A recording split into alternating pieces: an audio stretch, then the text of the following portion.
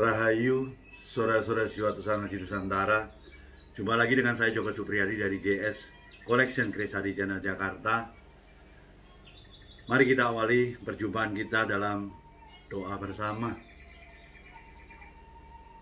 Semoga senantiasa segala yang terindah dan yang terbaik terlimpah untuk kita semuanya. Amin. Tidak terasa kita sudah berada pada tayangan ke-99. Angkanya tua.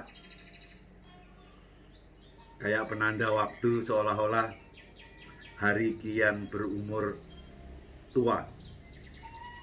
Untuk itu senantiasa,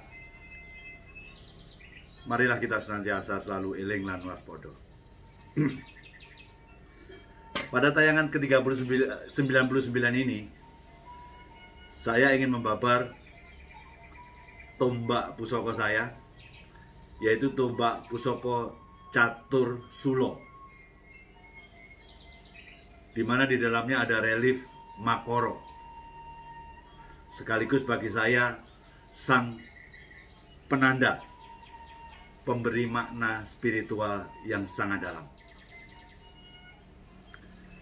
Sekaligus pada kesempatan ini kita akan melakukan suatu review nomor keris 5522.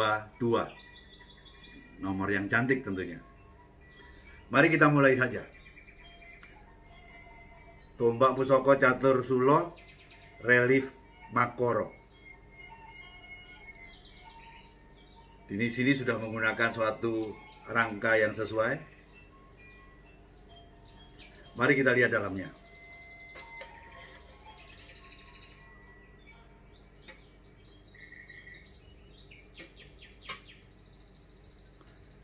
Ternyata ini adalah suatu tombak. Catur Sulo adalah merupakan sesuatu catur 4. Sulo lazimnya adalah merupakan sesuatu jari-jari pada semacam satu tosan haji.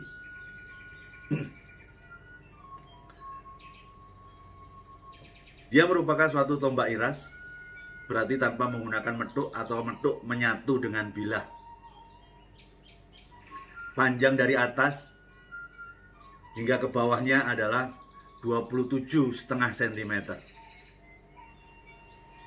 Memang ketika kita bicara tentang tombak, ataupun kita berbicara tentang pedang, bisa dipastikan kita mengalami kesulitan untuk melakukan penangguhan. Karena tidak adanya semacam satu tambahan ricikan-ricikan yang membantu kita kira-kira ini adalah tosan haji bergaya dari daerah mana dan kapan. Sehingga otomatis ketika kita menangguh pedang atau tombak, kita biasanya hanya banyak mendapatkan bantuan dari material, baik material besinya ataupun pamornya. Namun ini besinya adalah keleng, berarti tanpa adanya suatu pamor. Keunikan daripada tombak ini adalah adanya sesuatu relief Makoro. Semoga cukup jelas nampak di sana relief Makoro yang ada di tengah ini. Kalau kita bicara tentang relief Makoro, Makoro ditunjukkan secara filosofi sebagai pengusir roh jahat. Berarti Makoro itu bernuansa perlindungan. Ketika kita berada pada tosan haji, ya kebanyakan Makoro dalam bentuk relief 2 dimensi. Biasanya kalau di keris ditempatkan Makoro pada gandik. Namun kalau tombak biasanya pada permukaan tombak yang seperti ini yang terkategori 2 dimensi. Namun kalau kita ingin memahami tentang Makoro yang 3 dimensi, itu seperti kayak arca Gupolo,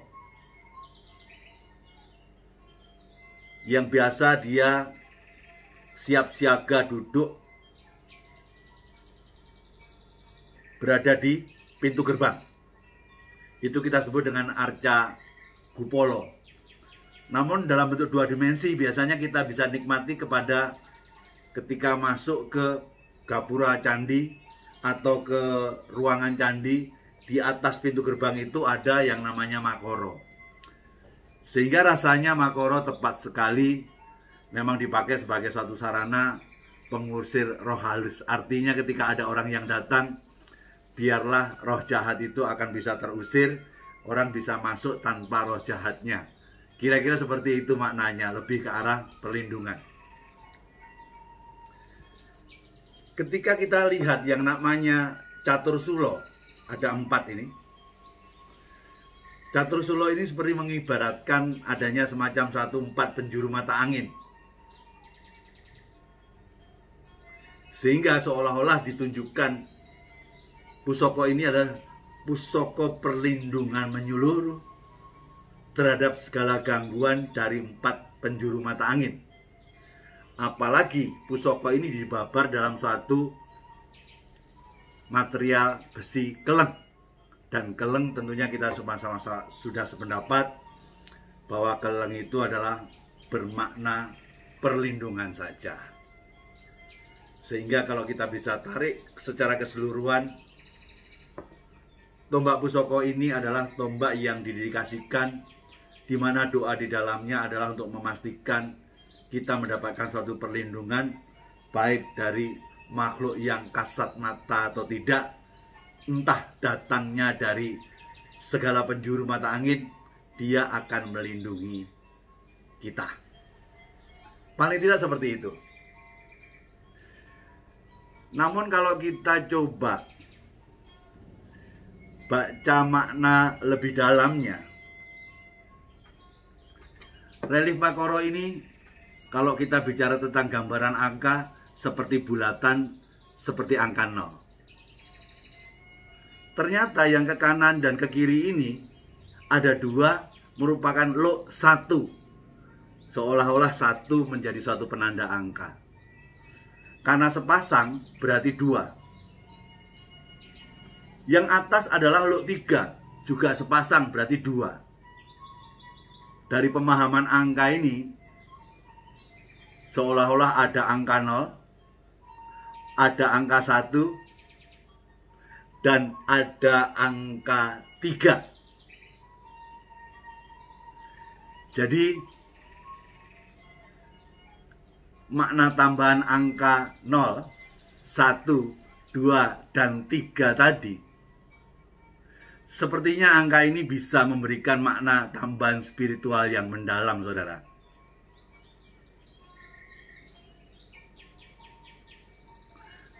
Angka memulai dirinya daripada angka 0. Sebab dia tahu bahwa kekosongan atau sang suwung adalah asal muasal segalanya. Kemudian dia beranjak pada angka 1, lo 1-nya.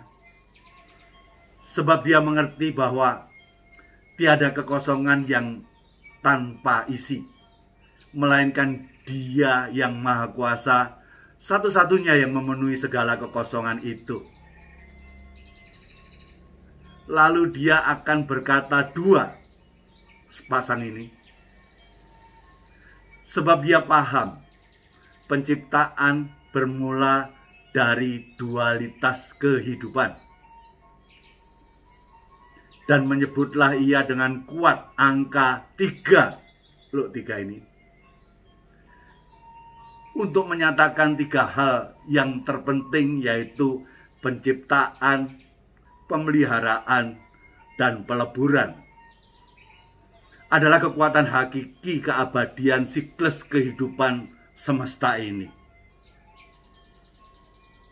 Jadi bisa kita simpulkan tentang angka.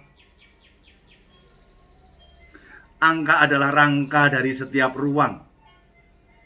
Angka adalah jangka bagi setiap waktu. Karena angka adalah merupakan ruang dan waktu itu sendiri, saudara.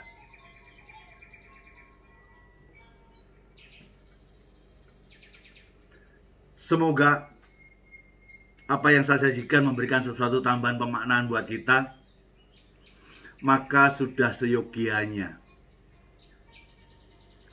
bahwa Tosanaji itu sebaiknya jangan hanya sekedar dilihat, tapi tolong dibaca lebih dalam maknanya.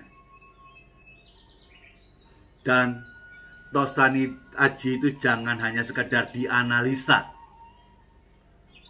tetapi dirasa.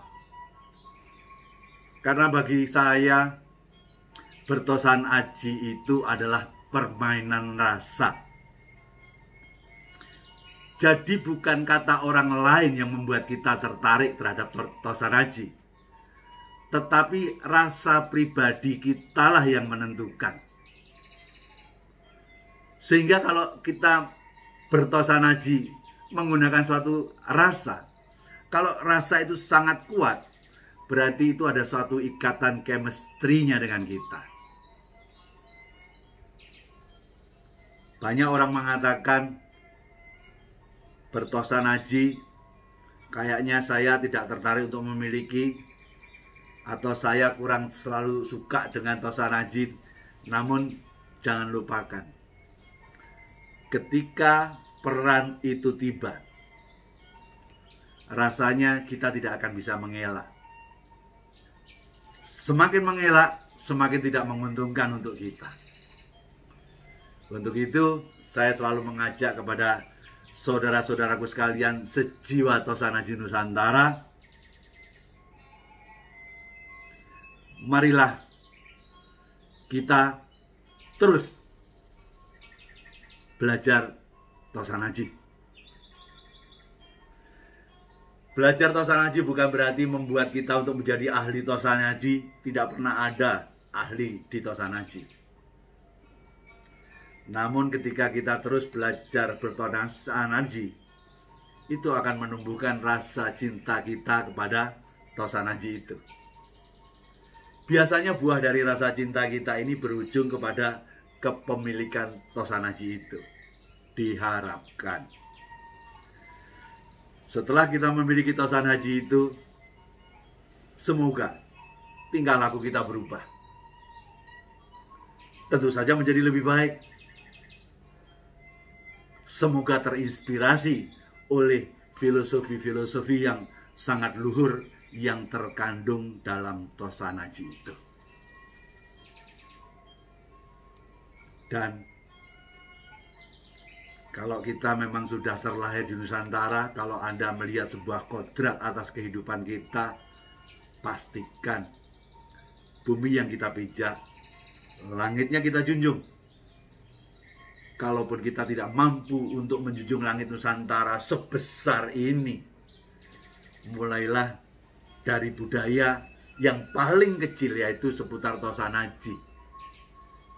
Dengan Anda memiliki Tosanaji, sama halnya Anda sudah ikut mengangkat langit Nusantara, tempat di mana kita semua terlahirkan. Untuk itu, jayalah budaya Tosanaji Nusantara. Mari kita pastikan budaya ini menjadi tuan rumah di negeri sendiri. Kalau bukan kita, siapa lagi? Kalau tidak sekarang, kapan lagi? Selalu ada suatu keterbatasan waktu atas suatu kehidupan kita yang kita sama-sama tahu kita semua berantri untuk pulang pada suatu saatnya. Dan saya hanya mengajak, mari kita sama-sama pastikan hidup, pastikan kita sempat hidup tegak, lurus. Jangan sampai setengah hidup. Pastikan kita tegak, seolah-olah kita hidup sudah memenuhi kehidupan seutuh-utuhnya. Kalau kita sudah hidup seutuh-utuhnya, waktu pulang pun kita dipanggil, kita rasanya lega karena kita telah menjalani dharma kehidupan sesuai dengan alasan kenapa kita terlahir di kehidupan ini. Rahayu, rahayu, rahayu, sagung dumadi. Nuwun. tombak Makara Catur Sula. Nuwun.